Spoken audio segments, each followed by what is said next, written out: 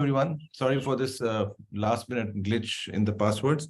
You see, PILAP is obviously has been revamped over the last year or so with the Citizen Assembly, and a lot of you have become members. We're also having more funds in our coffer to be able to take on bigger cases. एक दो issues जो बहुत pending, long term pending थे, एक हम आज discuss कर रहे हैं. Basically, this is about dumping of untreated sewage water and क्या कहते हैं, industrial effluents into the sea. And this has been going on forever. I mean, हम beaches पे जाते हैं, we find, I mean, they're not even healthy enough for our children to sit there. So इसके ऊपर हमने बहुत अरसे से बात कर रहे थे, and we are very lucky to have Advocate Ahmad Rafay Alam. Let me give a little introduction to Rafay Alam. If you don't know, he's been a very long-term supporter and member of PILAP.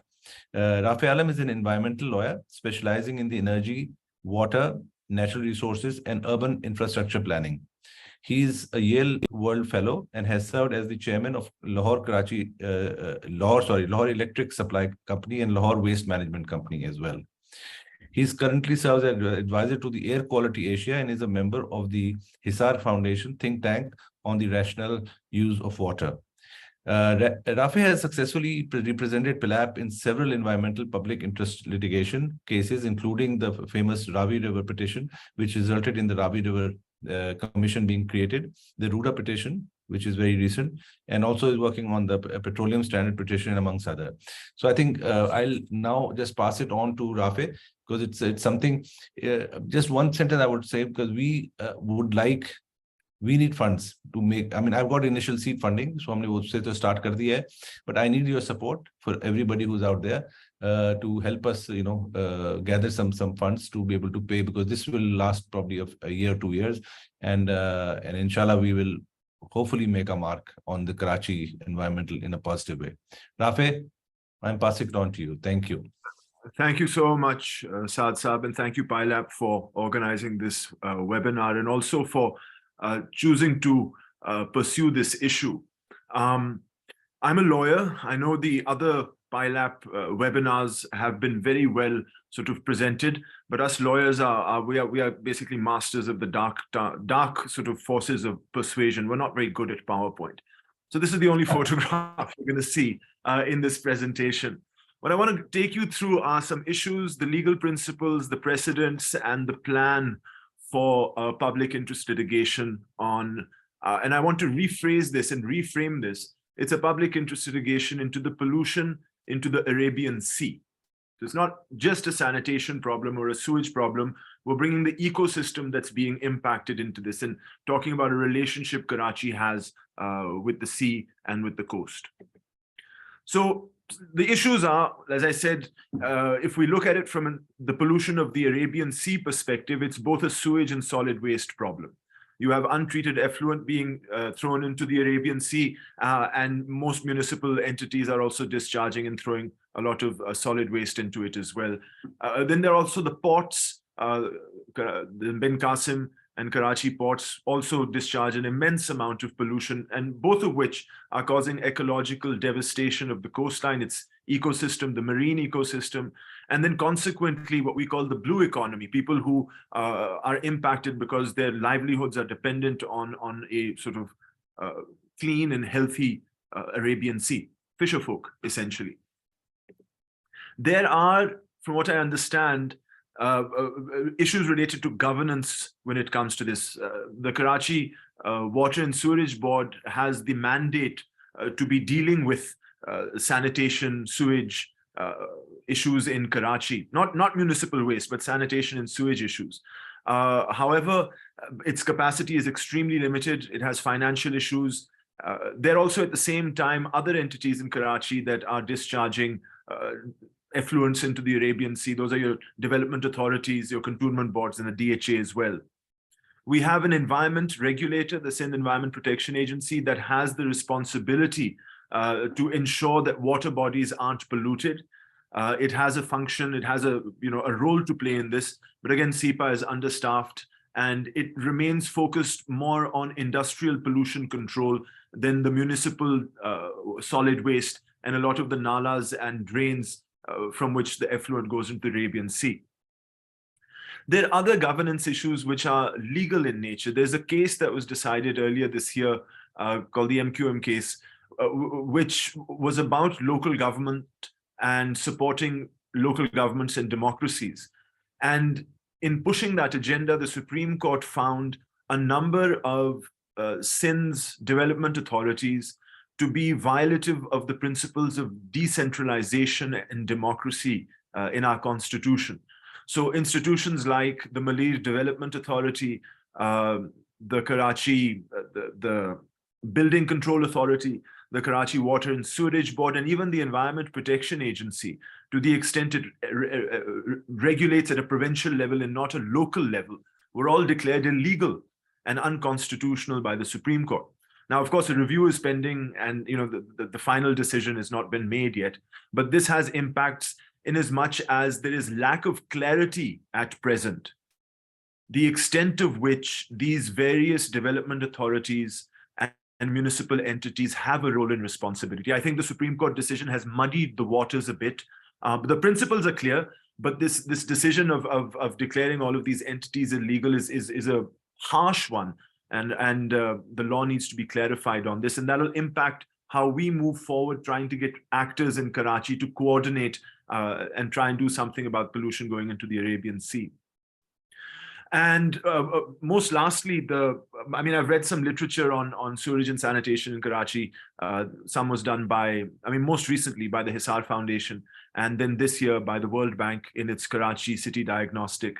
And it has, you may be skeptical of the World Bank and its larger motives in the world, but they do produce excellent and well-researched reports. So it is probably the last word on the infrastructure problems faced by the Karachi Water and Sewerage Board, its financial problems, and of course, stock full of suggestions, management suggestions, governance suggestions about how this can be improved.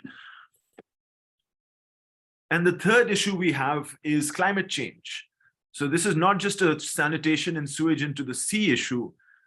This summer, with its heat waves and monsoon, the two are related.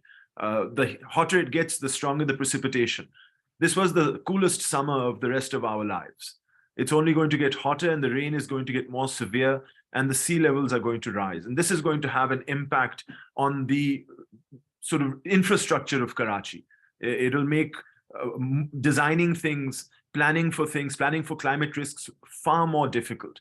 And actually, this then provides us the springboard to go forward with these issues. So setting the framework with these sorts of governance issues, climate change issues, and sort of sanitation and environment issues, let me talk about some of the legal principles we have at play that we can use going into court. The first very important legal principle is that our courts have repeatedly recognized that the right to a clean environment is a fundamental right, and that climate justice is also a right protected in the Constitution. So this starts, these are principles we take in by saying, look, this sanitation problem is not just bad for human health, it's destroying the ecosystem.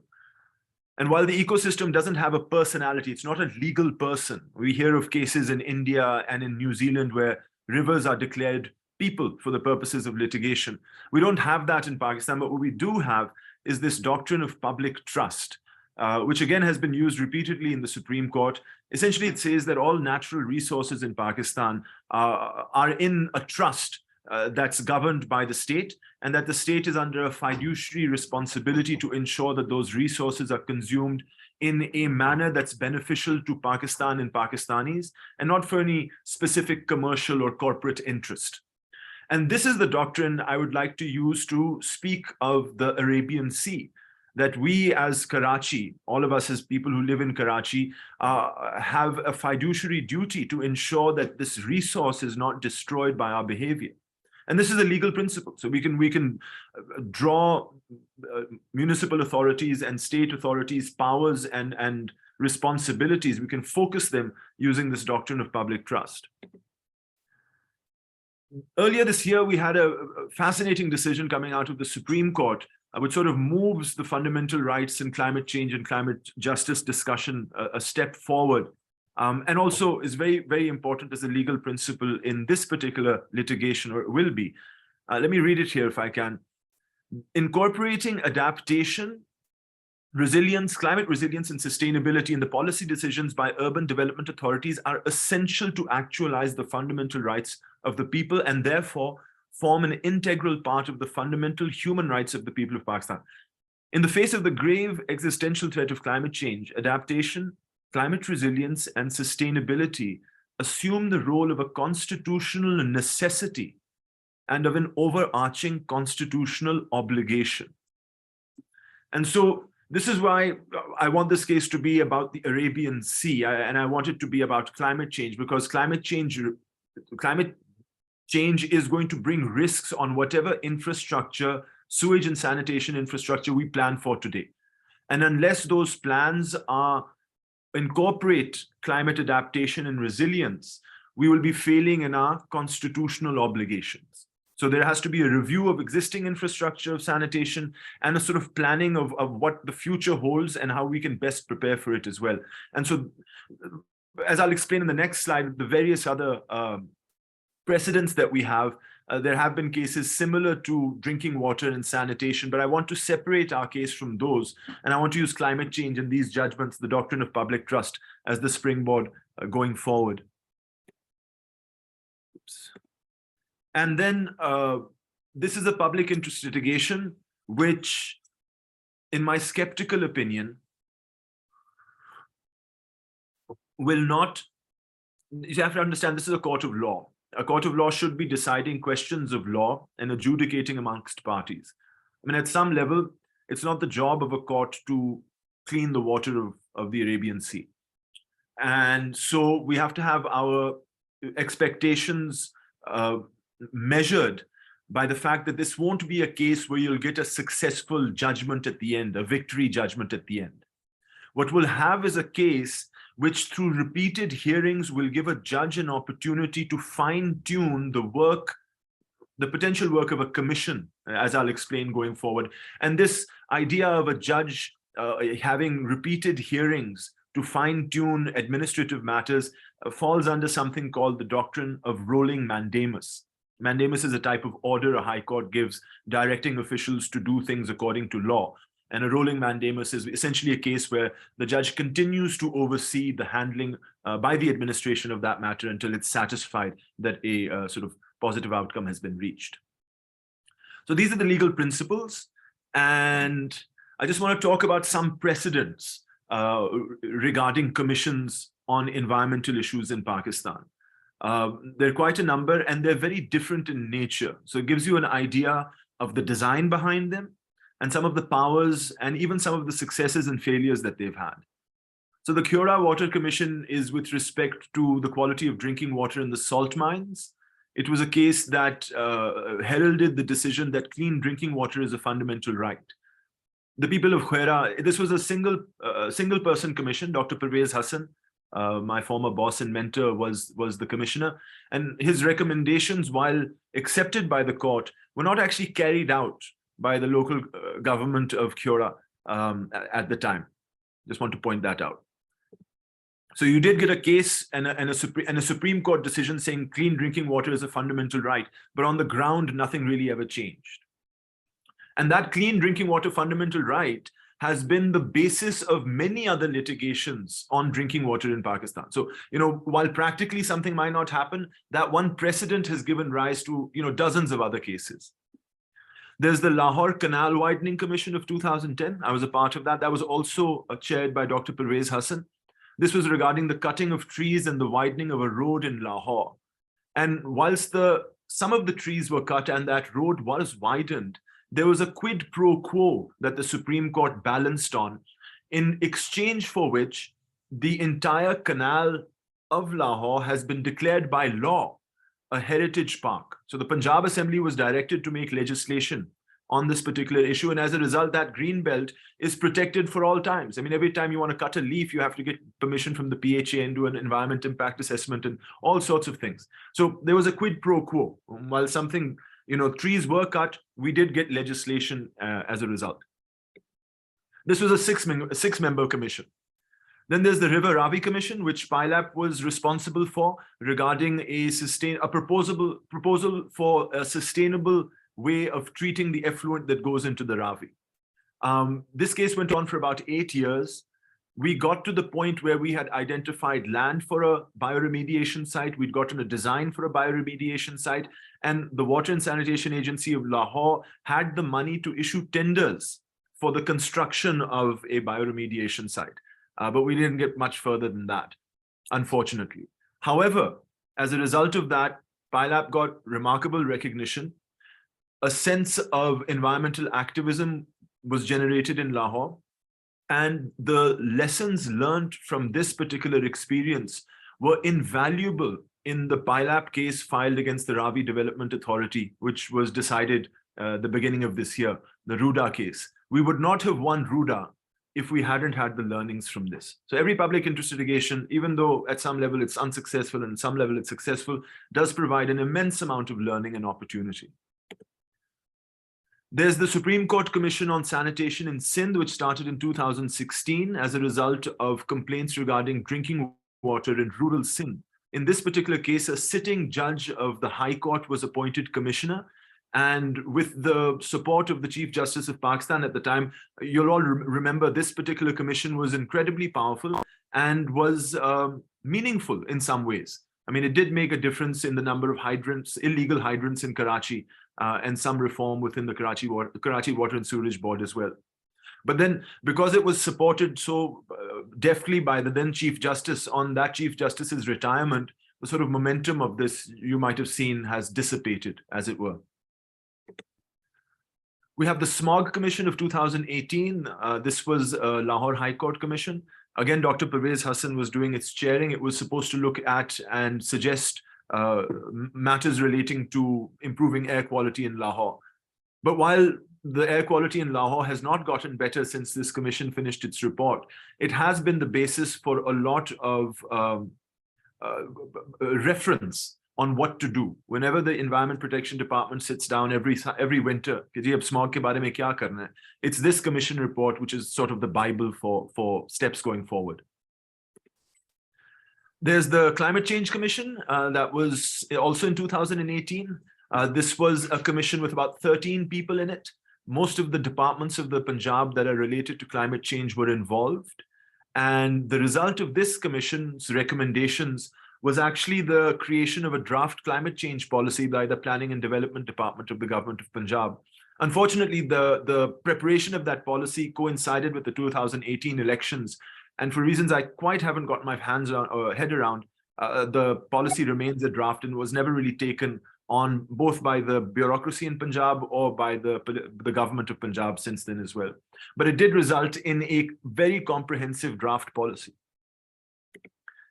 And most recently, I mean, especially folks in Lahore, like my colleague Fahad, if you're reading the papers, you'll hear a lot about the Lahore High Court taking action on smog. This is the Harun Farooq case, and it's a classic example of a rolling mandamus. This was filed in 2018.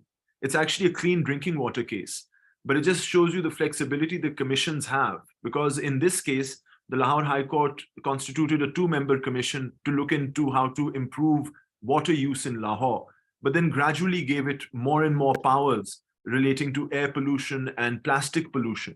And so this is now a case comes up every 2 weeks, and Judge Saab is tinkering along with his commission. They're working along, trying to get industries to install air pollution control devices and taking action against any industry that's wasting water or polluting it.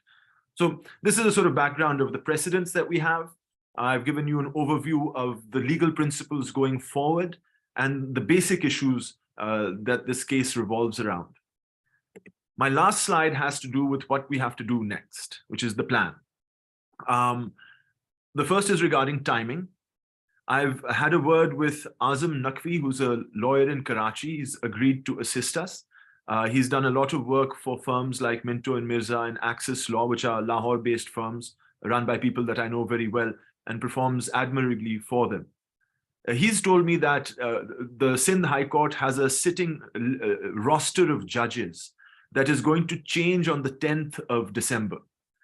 And so up until the 9th of December, which is a Friday, the current roster, he feels, has one judge who would be sympathetic to a rolling mandamus case and would perhaps take ownership of it. Because he was giving me examples of other division benches or groupings of judges, including, for example, the current Chief Justice, who Azam thinks would probably throw us out on our ear after hearing us for 10 seconds. So the timing-wise, we want to get this case filed by the 9th or the 10th of, or Friday, next Friday, essentially. So I'm going to work with Azam backwards to draft and to share with everyone here, of course, PILAP, to get a sign-off on it and then coordinate with him so that we can meet this timeline. We don't know what the roster is going to be like after the 10th, and then the High Court will go into vacation mode in the 3rd week of December. So we have to do it by the end of next week. And that involves, once the documents are ready, Saad Saab, as chair, you'll have to be given authority to sign off on the documents, so we'll have to sign off on them. And Azam has agreed to give us logistical support in Karachi. I'll fly in for the important hearings, but he's agreed to manage whatever sort of collection of documents and appearing in non-important hearings for us. A case like this will probably take a year and a half if we have a sympathetic judge. It'll give us maybe 6 or 8 or 10 opportunities of hearing. Every opportunity of hearing is an opportunity to use the PILAP platform and really not just talk about the case, but talk about PILAP. So I'd like us to consider maybe having a press conference at the filing of this case, or a press release at the very least, and then have a social media presence every time the hearing comes. You know, we can think of various different ways of populating content or creating content in support of communications on this. And lastly, because we'll be asking the Sindh High Court to appoint a commission to look into what the solution is. I don't know what the solution is, nobody does, but let's get the right people in the room to form a commission, 5 or 6, 7 people, who we believe will have within their disposal the tools necessary to make a proposal that's not just doable, but can be achieved. Commission membership is important.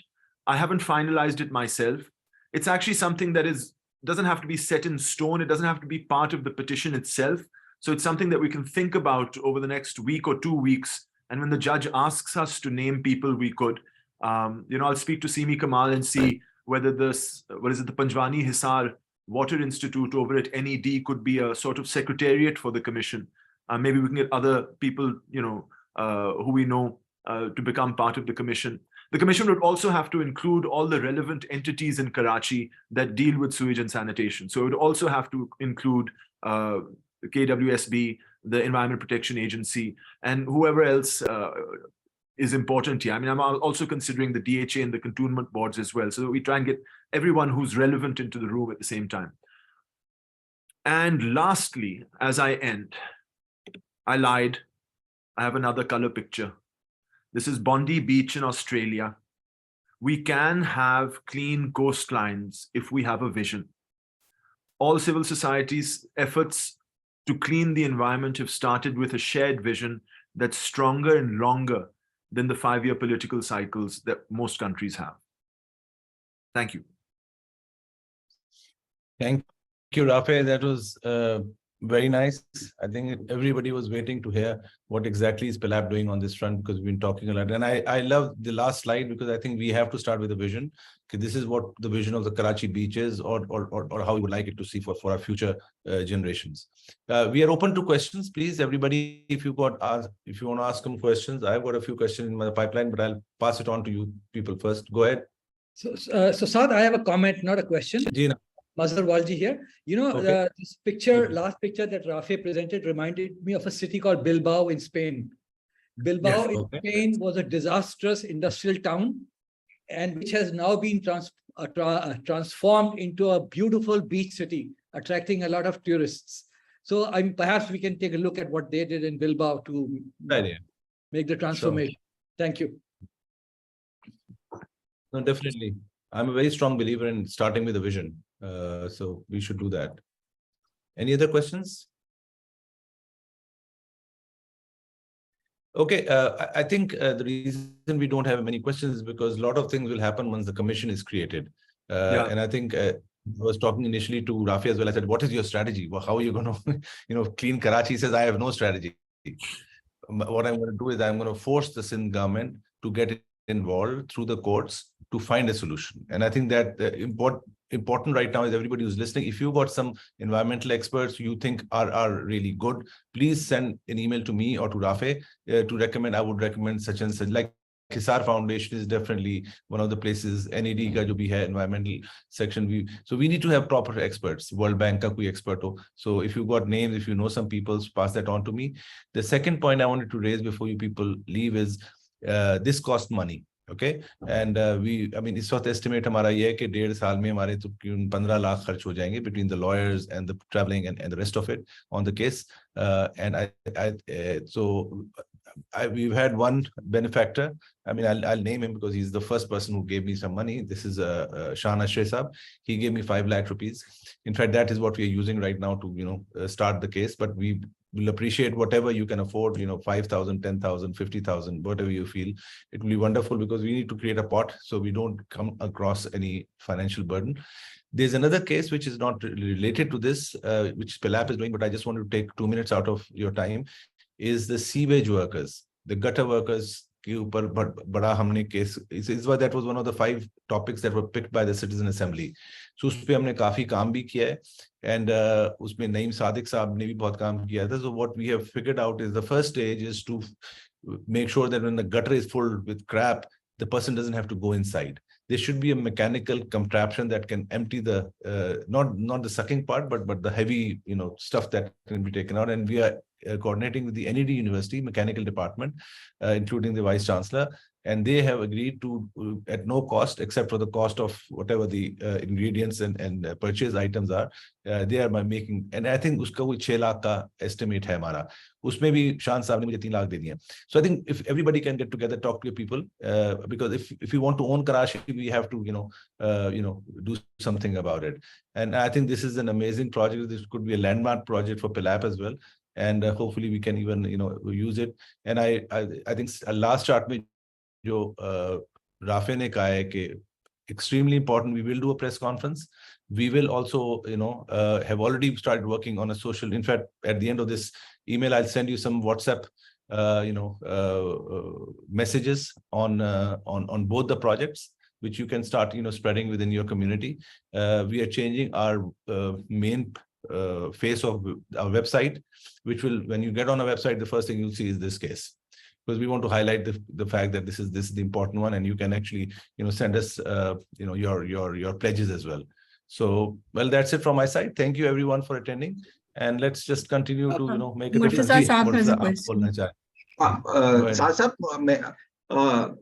रावे साहब, I have a question. ये Hisar foundation पहले भी एक water commission बना था, मुझे उस साहब का नाम याद नहीं आ रहा. We went twice to a Hisar Foundation. I don't know who accompanied me. एक संडे को मेरा ख्याल was that on clean water?